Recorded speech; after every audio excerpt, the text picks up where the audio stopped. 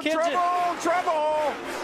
2 cars around. One in the wall. A lot of cars. Watch your inside. Block her down. And we have a caution.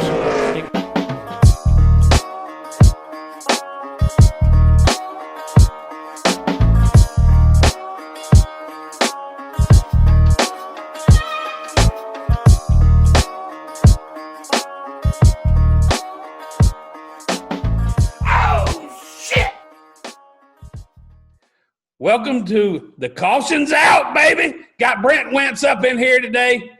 He's got some stuff to say. We're going to listen. He's going to step in it. We're going to smell it. What's happening, Brent? Oh, just plugging along here. It's we got hurricane outside rolling through. It's been raining all day, so we're just hanging out in the old man cave, garage, whatever you want to call it, and getting ready to do some interviews here and kick it off with you. I don't know if I'm going to have as much energy as you, but we'll try. Yeah, well, I mean, I'm kind of down on my energy today. That darn hurricane's passing through up there, whatever you call it. It's got the barometer down everywhere. So, yep. But that's quite a man cave you're hanging out in there, buddy. Yeah, it's, me and my family, we built a big shop, a house a couple of years ago, and, 23 years in the racing business, you always want to have something to show for it, and I've always wanted my own shop and everything. So yeah, this is it. We got some signs. We got a couple race cars, one here, one there. Nice. Yeah, I got vintage apparel over on the other side. So yeah, just a cool place to hang out. I'm digging that Texaco sign. Yeah, it's good. It's big.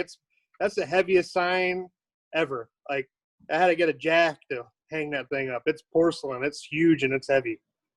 Yeah, I was a Davey Allison guy, so yeah, I appreciate that. That Phillips 76 sign, I bet these young new NASCAR fans don't even know what that is. Oh, well, there's some NASCAR fans or people that work in NASCAR that don't know what that is. So we got them from both spectrums. Yeah. When Sunoco first come out, I was like, "Who is this, man? Where's our Phillips 76 gas at?" Yeah, you got to have the Union 76, and you got to have the Bill Broderick, the hat man. He was always Union 76 in Victory Lane, giving everybody the hat. So if you ever see one of those, be sure to grab it because they're far and few between. Yeah, I heard that. I see you got that A.J. Foyt hat on. Yeah, that's right. Just keep with the vintage, man. You gotta always remember where you came from.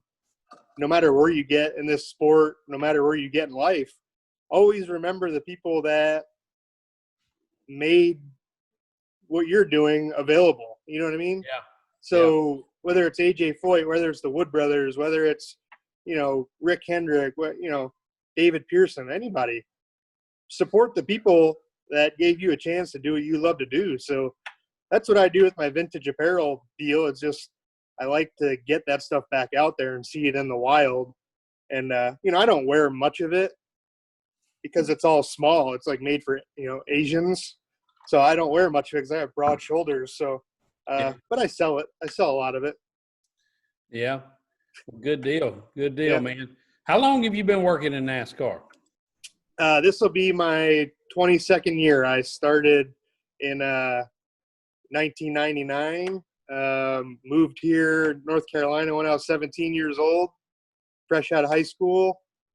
Just knocked on doors, swept some floors. Yeah, did all the dirty work, and you just climb the ladder. Work in the Busch Series. Work your way up, learn something new every day, and you eventually make it. Some people don't, but if there's a will, there's a way. Yeah, well, being in that long, I'm sure you've held quite a few job titles. What's your favorite one? I always wanted to run a team, to be one of the leaders of the teams. So at Team Penske, I was the car chief on the 22 Xfinity car, Nice. 2015, 16, 17, and part of 18. We had a second car. I did that one, but you had the likes of Joey Logano, Brad Keselowski, Ryan Blaney, Sam Hornish, Alex Zanardi. You had all these people in those cars, and we won with every one of them. So, Nice. you know, and that series back then was filled with Cup competitors, and it was, you know, now the field's pretty slim, you know. Yeah, they only get so many races to run a year now, and don't get and you know, it was very competitive. You know, you raced against Kyle Busch every week, you raced against Kyle Larson every week, Chase Elliott every week, Kevin Harvick every week. Yeah. So to win those Xfinity races back then was a bit more of a challenge than it is today. So that was probably the funnest time I had, for sure. Well, that Xfinity series is still pretty competitive, though. Even today, they out there ripping and running. It is, yeah. They, you know, it's, you know, they have their crop, the cream of the crop of that series. You know, it's, you know, eight to 10 drivers, you know, have a chance to win in that series. But yeah. Well, good, cool deal. So, tell me about your online memorabilia. How do people go about finding you online if they want to purchase something from you? Yeah, if you just go on Twitter under my name, Brent_Wentz, or Days Gone By on Twitter, or daysgoneby.net. There's a website with a bunch of stuff, and I do a lot of the selling on Twitter, just posting pictures, and people direct message me, and you can do it that way too. It's, you know, I have customers, normal customers, regular customers, all across the world, from the United States to Australia to Canada. I send stuff everywhere, so it's pretty neat to rescue the stuff, say, out of, well, it's funny to say, but I've gone through many deceased people's closets, but you know, to rescue that stuff that would rather be in probably a Goodwill, and rescue it and sell it to people, and then see pictures of them wearing it at a racetrack or just out and about. You know, you're wearing a story. You know, if you wear a Davey Allison t-shirt and nobody knows who he is, you know, people ask, you know. So then you can tell them who Davey Allison was, and you can spread the history just by wearing a hat or a t-shirt. Heck yeah. Yeah. Yeah. So I got to ask you, you've been around NASCAR a long time. So anytime I get around people who's been around NASCAR a long time, I ask them, I said, what's your best memory in NASCAR and what's your worst memory in NASCAR? So which one do you want first, the best or the worst? Might as well just get the worst out of the way, right? Let's do your worst memory in NASCAR to you. Okay, so it's pretty easy. My first year in racing, I was on a Busch team, and I was the catch can man. I'm fresh out of catch can. I'm fresh out of high school, and I don't know, you know, I mean, my dad raced and everybody raced, but that's different. So I don't know my so-called, you know, ass from a hole in the ground in racing yet. But I'm catch can man, and we're at Rockingham, North Carolina, and Hermie Sadler was driving our car, and we make a pit stop. Well, we go out there, stick the catch can in, and grab the big can full of gas, and I'm holding it in there. Yeah. And the sucker comes unplugged out of the car, and the gas is just pouring out of this damn big can of gas, and I can't get it back in, and the shit's just rolling under my feet, the gas, and I slipped and I fell, and gas went everywhere. Catch can falls out. It's just a cluster. So I have it on video still. I need to see this. It's on VHS. I got to find a VCR. But, yeah, that was the worst. I mean, might as well got the worst right out of the, you know, first year. So at what point during this whole fiasco did you go, oh, shit? As soon as because you're wearing kind of fireproof shoes. They're like racing shoes. They got no grip on the bottom. They're like ice skates anyways. But now back then, the safety gear wasn't that impressive either. No, I have the suit hanging up in the other side of my shop. It's a Little Trees air fresheners. That was a sponsor. pretty ugly uniforms, and they were like, you didn't wear a helmet, you didn't wear nothing. We thought that was ridiculous back then. Yeah, yeah. So here I lay on the ground, soaked in gas, with like a one layer fire suit on, embarrassed, pissed off, embarrassed, and pissed off.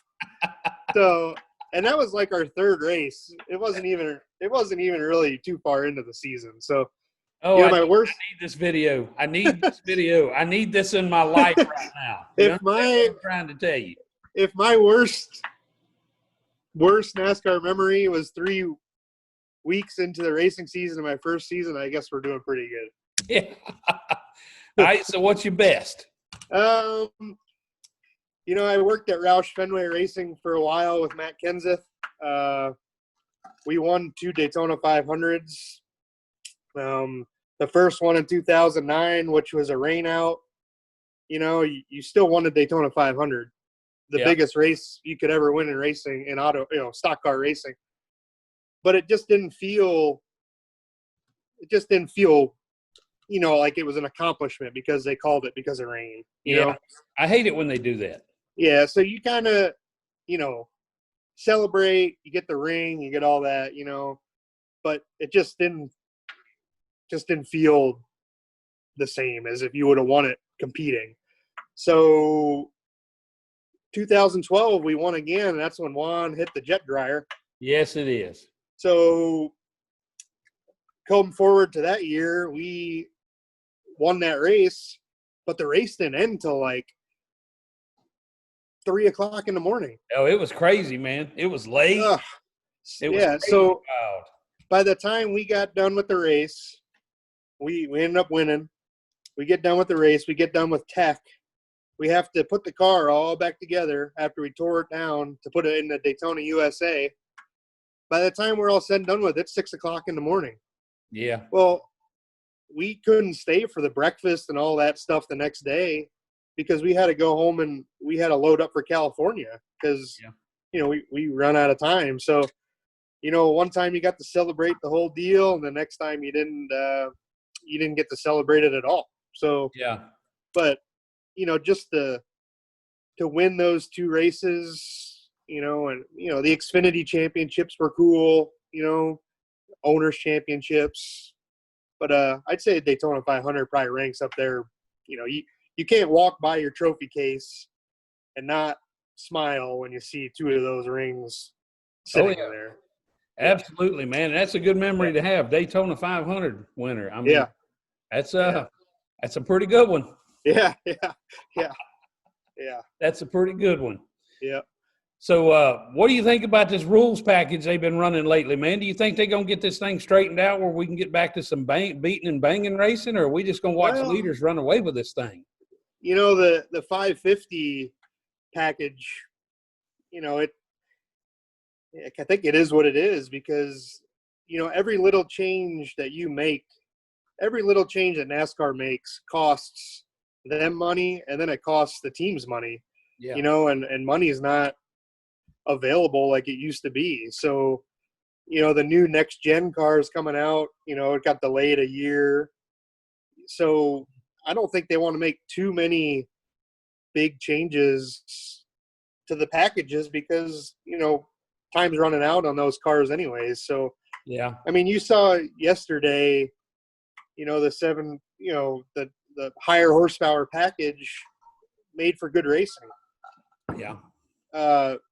But the other one, you know, the other package is, you know, high downforce, low horsepower. It's a little rough. Yeah. But you know, like you got these tracks with the PJ1 and all this stuff around it. Like, I feel like if you got to put that stuff over 70% of your racetrack, you know, maybe we need to go in a different direction.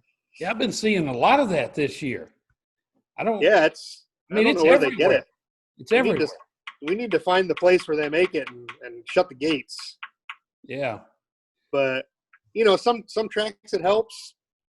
You know, some tracks it doesn't. You know, I feel like Bristol, it sort of helps. And some other places, it just makes for one lane racing. So That ain't no good.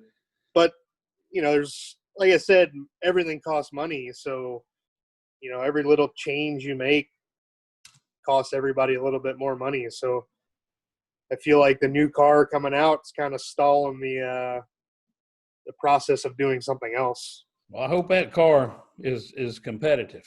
I hope it's real competitive. Yeah. Well, I mean, they had a good sessions of testing with it, and because of the pandemic, everything stopped. So were they maybe they were making gains on it, but who knows? You pretty much have to start over a little bit now. Yeah. Tell me about them race cars behind you, man. I'm seeing them cars back there, but I don't know about them. This is a replica of my dad's car from 1988 that my dad raced. Is that a modified? Yeah, it's a modified. Yeah. Oh, yeah. So,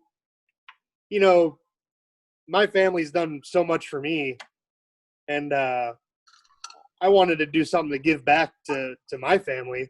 Yeah. So it took about 4 years between me and my brother and a couple other people. We rebuilt this car to a replica of his, and we kept it down here in North Carolina most of the time. So when my mom and dad would visit, I'd have to lock the doors to my shop so he couldn't get in here and see it. Yeah. And we kept it a secret for about 4 years, and finally he got inducted to the local Racing Hall of Fame in Pennsylvania. Cool, man. That is very cool. And we gave it to him as a surprise. We covered it up. I got inside of it with his old helmet and his old suit on. Nice. The good story about that was we raced Phoenix with the Xfinity cars on a Saturday. The Hall of Fame induction was on a Sunday. So I flew from Phoenix, Arizona to Philadelphia, and then drove to the Hall of Fame, the Hall of Fame that he got put into. Right. Slept in my car, woke up in the morning. We delivered the car to the Hall of Fame, covered it up, and I got inside the car and waited for him to get there, and he had no idea, and he uncovered that thing, and he was just in awe, and he's looking around, and I'm in the car, but he's like looking at the car, didn't even realize I was inside of it. He's crying like a baby. Yeah. And I'm like in the car with this helmet on, and he finally looks, and he thinks I'm in Charlotte. Yeah. He saw me. I was in Phoenix. He thinks I'm in Charlotte. He was. It was cool to see. Like I said, you got to give back to the ones that gave you. So. Heck yeah. But yeah, we got it down here in North Carolina now. Fox Sports was supposed to do a little video on the old school stuff before Darlington, so we thought it would be a cool backdrop for that. Whether that happens now with the pandemic, who knows? So, but it's here now. Yeah. You're right. There's no telling what's going to happen next. Yeah, yeah. And we got another one over here. Oh, what you got? I'm restoring that one. It's under restoration now. It's an old car from the modified tour days in the Connecticut, Massachusetts, northeastern part of the country. Old Mario Fiore 44 Reggie Ruggiero car. So yeah, we always got stuff going on. Nice. Yeah. I do like that modified car though. I bet that was a big deal for your dad. Man, it was cool to see. I got a bunch of pictures from that day, and it's something that none of us are going to forget. So it's cool. Yes, it is. Yes, it is. Well, man, it's been great talking to you. I appreciate you taking the time to come on with us to Cautions Yes, sir. Chat with us a little bit about NASCAR, and tell everybody that Twitter handle again. They can find you at. It's at Dayz Gone By and at Brent_Wentz. You can go to one and get to the other, and one to get to the other. So it's pretty easy. And daysgoneby.net is the website. We got some stuff on there. We try to keep it fresh all the time. Orders come in, orders, through Twitter, through the website. But I've got to meet a lot of people. A lot of the drivers wear the stuff, so it's pretty neat. Cool deal, man. Yeah. Well, we appreciate you coming on, brother. Thanks a Yeah. lot. And I really enjoy your wildness at the TV. I mean, everybody in America has done that once or twice during a football game or a baseball game or racing. So it's cool to see you're you doing that and supporting our, what we do through what you enjoy. So the energy, we love the energy, and just keep bringing it. Hopefully we'll see some more of it. Well, man, I'm glad y'all enjoy watching them. I love making them videos because I'm just a crazy nut. You say some of the stuff that we want to say that we can't say. So just we'll just live through you. If we say some of the stuff you say, we get in trouble. So we'll just, if I have something to say, I'll tell you and you can say it. There you go. There you go. Yeah. All right, brother. I appreciate you. All right. Thanks, Randy.